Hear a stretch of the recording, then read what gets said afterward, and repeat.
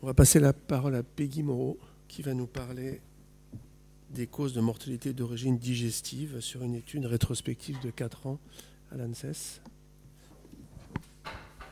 Donc, bonjour à tous. D'abord, je remercie l'IFCE de m'avoir permis de présenter aujourd'hui. Donc, je vais vous parler des causes de mortalité d'origine digestive sur une étude en autopsie de 2015 à 2019, donc réalisée au laboratoire de santé animale de l'ANSES, le site de Normandie. Donc d'abord, je vais vous parler du réseau Résumec. C'est le réseau national de surveillance des causes de mortalité des équidés qui regroupe les différentes structures qui réalisent des autopsies d'équidés en France. Donc actuellement, on a 47 acteurs, les 4 écoles vétérinaires, les laboratoires d'analyse départementaux et 14 cliniques vétérinaires de praticiens. Les objectifs du réseau, c'est de qualifier les causes de mortalité des équidés qui sont autopsiés pour suivre cette mortalité dans le temps et dans l'espace. C'est aussi de hiérarchiser les causes entre elles. Et on a aussi un objectif d'alerte en cas d'apparition d'une nouvelle maladie mortelle ou d'une réémergence d'une maladie qui n'était plus existante ou d'une maladie exotique. L'objectif du projet, ça fait suite à un constat qu'on connaît bien chez les chevaux, c'est que leur point faible, c'est l'appareil digestif. En tant que éleveur, cavalier ou propriétaire, on connaît bien notamment le syndrome de colique. Et donc, on a voulu évaluer un petit peu au niveau mortalité l'impact de ces troubles digestifs. Dans la littérature, ça ressort comme la première cause de mortalité, entre 30 et 40% des causes de mortalité qui varient en fonction des études, notamment en fonction de l'âge. Donc on a repris nos données Résumec et on s'est aperçu que dans notre étude, l'appareil digestif était largement aussi la première cause de mortalité, bien avant les autres appareils. Donc on a décidé de décrire la proportion des causes de mortalité, notamment en fonction des tranches d'âge, et de hiérarchiser ces causes entre elles. Pour cela, on a fait une étude rétrospective et multicentrique de 2015 à 2019 en utilisant les données de tous les acteurs qui avaient déclaré des cas de l'appareil digestif dans la base et qui avaient été enregistrés. On s'est intéressé aux équidés de plus de 1 mois et on a catégorisé par tranche d'âge, donc les poulains de 1 à 6 mois, les jeunes de 6 à 24 mois et les adultes de plus de 2 ans. On a ensuite classé par cause, avec les causes non infectieuses, infectieuses, parasitaires et autres ou inconnues. Donc dans notre étude, on avait 838 chevaux qui étaient morts de plus de 1 mois et autopsiés. Parmi ceux-là, on avait 372 qui étaient morts de cause digestive, donc 44%. Donc ça correspondait aux valeurs qu'on avait sorties de la base précédemment. Parmi ceux-là, c'est intéressant de noter que 60% étaient morts de mort naturelle et n'avaient pas été euthanasiés. Et que 30% étaient morts de mort subite ou inattendue. Donc la différence entre mort subite et inattendue, la mort subite, en fait, il y a un témoin qui constate que la mort a été rapide et en général sans symptômes avant. Une mort inattendue, c'est un cheval qui, par exemple, a été vu la veille en bonne santé, il est retrouvé mort le matin, donc la mort est inattendue, mais on ne sait pas si elle a été rapide ou s'il y a eu des symptômes associés. Ici, on retrouve donc l'appareil digestif comme cause première de mortalité et on voit que dans le temps, c'est relativement stable puisque chaque année, on a à peu près la même proportion.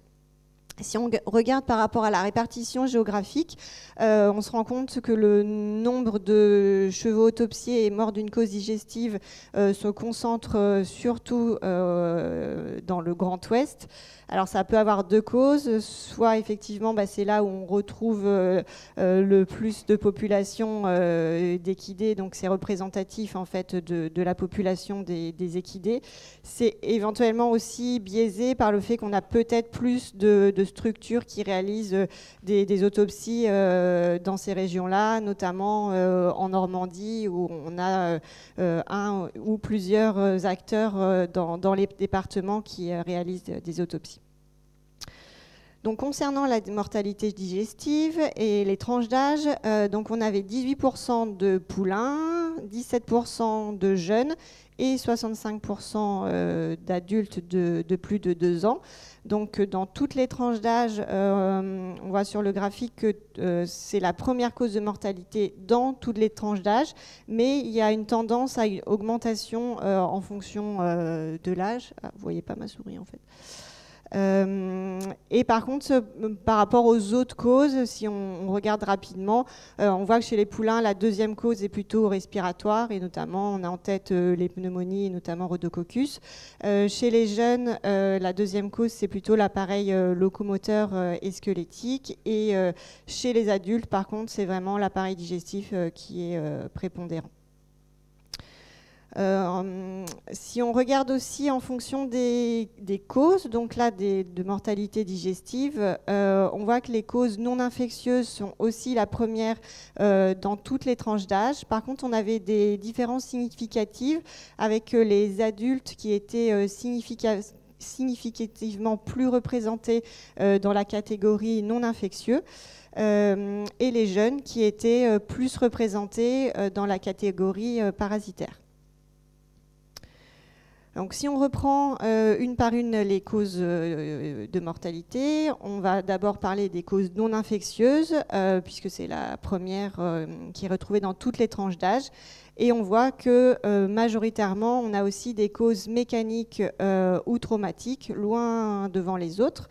Donc ces causes mécaniques et traumatiques, ça va être en fait un petit peu toutes les causes de coliques les plus fréquentes. Donc on va penser aux torsions, au volvulus de l'intestin grêle. Donc c'est l'intestin grêle qui fait une rotation sur lui-même. On va penser aux intusceptions ou invaginations. C'est l'intestin qui donc une partie d'intestin qui rentre dans la partie adjacente comme une chaussette.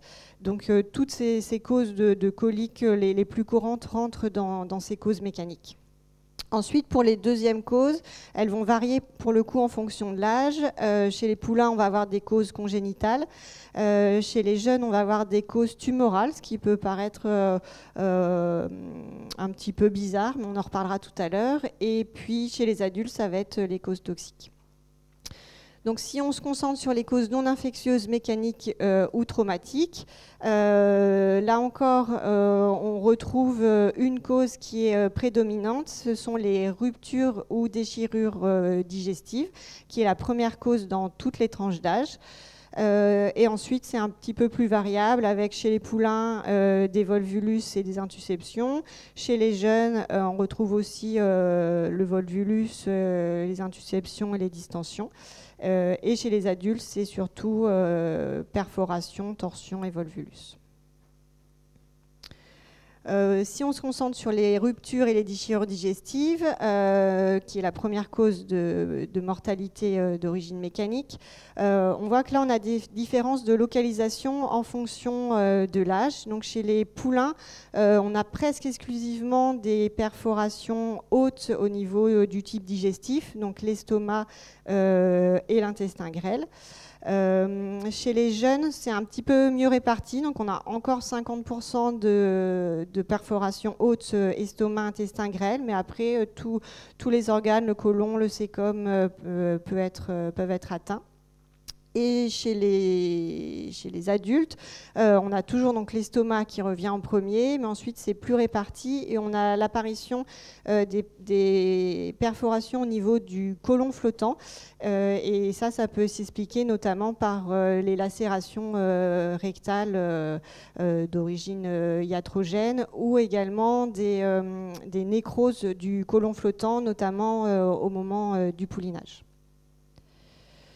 Pour les autres causes non infectieuses, donc les causes congénitales chez les poulains, on retrouve les fentes palatines et les hernies ombilicales étranglées. Chez les jeunes, donc on a des causes tumorales, notamment avec le lymphosarcome. Donc il ne faut pas se mettre dans l'idée que les tumeurs sont exclusivement des problèmes de vieux chevaux.